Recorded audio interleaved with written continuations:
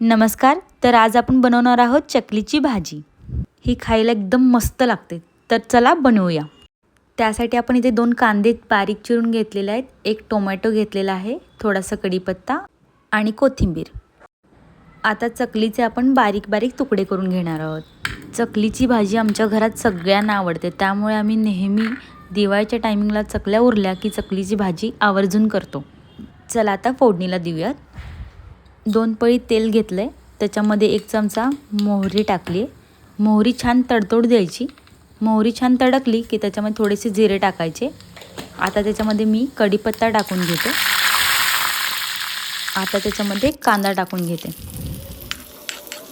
कांदा छान लाल होईपर्यंत परतवून घ्यायचा.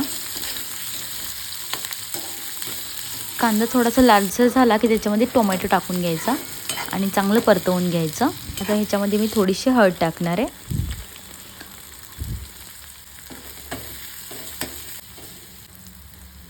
आता 1-1.5 पळी मी ह्याच्यामध्ये लाल तिखट टाकून घेणार आहे. तुमच्या आवडीनुसार तुम्ही कमी जास्त प्रमाणामध्ये तिखट टाकू शकता. आता 1-2 मिनिट चांगलं हे परतवून घ्यायचं.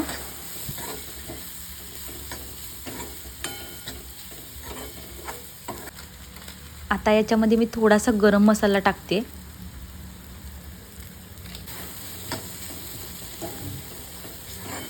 आता भाजी मी थोडीशी सुकी करून घेणार आहे, त्याच्यामुळे मी 1 ग्लासभर पाणी टाकले.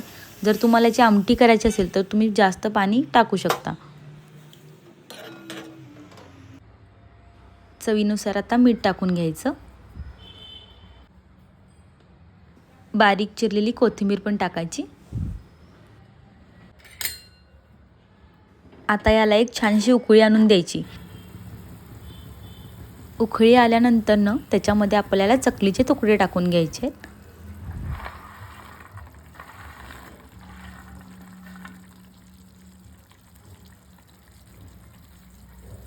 आता याला शिजायला फार काय वेळ लागत नाही. 3 ते 4 मिनिटांमध्ये भाजी शिजून तयार होते.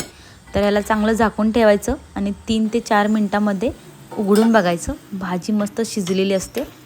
आता त्याच्यामध्ये भाजी शिजली की नाही, 1 चकलीचा तुकडा घ्यायचा आणि चेक करायचं.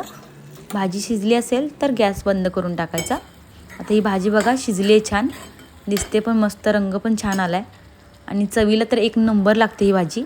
जर तुम्हाला ही भाजी आवडली असेल तर तुम्ही नक्की ट्राय करून बघा आणि व्हिडिओ आवडला असेल तर लाईक, शेअर, सबस्क्राईब करा. थँक्यू.